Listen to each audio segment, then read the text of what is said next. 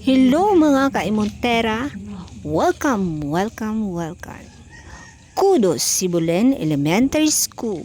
Welcome back to school tomorrow. Kay magbalik na ang klase na anatakaron para subayon ang atuang eskwelahan. Shucks.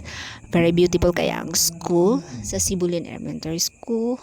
Attractive kay siya. Pag abot nimo, makita na dayon nimo ang mga bulaklakin nga mga walay bulak, sana all. Makita dayon nimo ang ang school ID na sa atop nakatatak yan. O di ba? Nakikita mo ba? Ang nakikita ko? Charot. O di, ayan. Kita na to ang kalibutan na kay tungod kay hugaw ang classroom sulod sa duha ka semana nga break time nato sa ato ang Christmas break. So manginlo ta kay gwapa baya ta. Gwapa baya ta. Dili pwede nga gwapa ka tapos ang imuhang classroom mao to di ba? Reflect ra ba daw na siya sa imuha isip tao. So reflect siya nga pag gwapa ka kinanglan gwapa pod imong classroom or gwapa pod ang imuhang panimalay. So ikaduha naman ni nga balay nato as a teacher ang classroom nato. So hinduan jud nato kay sensitive baya ang mga bata, ang gagmay nga mga bata.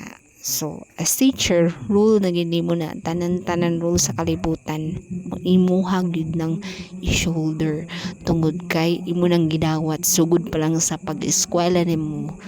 Imo na nang gidawat nga mao na gyud na ang imuhang dadon nga responsibility once nga teacher na ka. So manghinlo ka maski di ka limpyada. Mag-arrange ka maski di ka kabalo. Sa hinay-hinay makatunan nila nimo pag naana ka sa actual, di ba?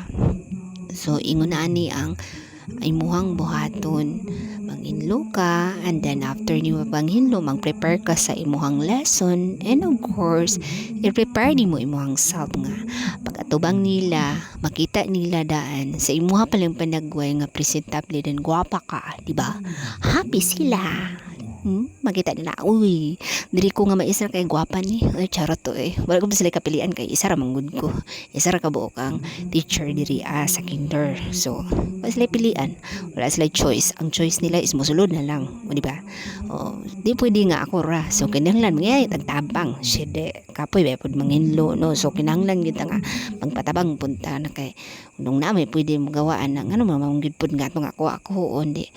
Pabuhat na sa uban. Kung kaya ng iba ba't mo gagawin? O di ba? Wow, ngayon kinahanglan mo i-shoulder da. Pwede na taman nahuholo eh. Ginoo ko. Para makatabang po sila. Asay na makakatuon manggod ang mga bata. Dili na sa ingon nga ginasugo sila tungod kay ginadaog sila. Gisugo sila para makakatuon sila. Di ba?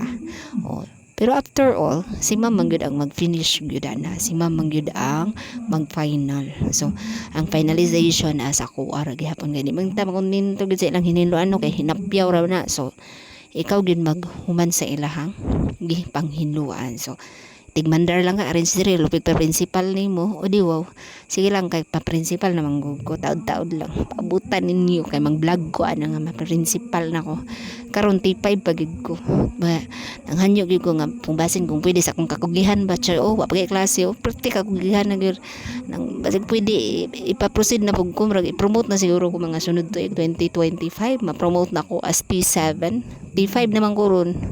So, pwede na ako ma-promote as T7. O, di ba? Nainga nga ka ng promotion, no? From T5 mo, amba ka sa T7, hanggang na T8. Di na ako ng head teacher. Di na ako, wala ko nang andoy. Ang teacher, principal, wala na. Kaya ang head mo, delikado kayo na. Rami ng principal. O, di wow. Okay na ko dari. I-promote na ko as P7 ka na. Okay na ng posisyon. O, di ba? Ang galing ng buhay, no? May T7. Since T5 dati 67 pwede man i-ambak diretso na T7 okay kugihan good ko so wa na klase pero nagyapon nag-ready na kay para of course anak gid na ang kinabuhi kinahanglan mag-ready ta kay kung di ta ready my god mag-unsa na lang ko ugmaan ni ron wala pa koy lesson plan wala pa ang all o di ba Nga nila ang dula nato, manghinlo pagkaugma, magkalat na pud sila. Oh, perting gwapa hagid no. Na mo nga na manilhigay pero perting gwapa murag utility no. Ang ending na murag natag utility pero at least di ba gwapa. Kinahanglan gwapa gid ta kay maot og ginatangawon taw nga maot pa tong classroom, maot pa ta.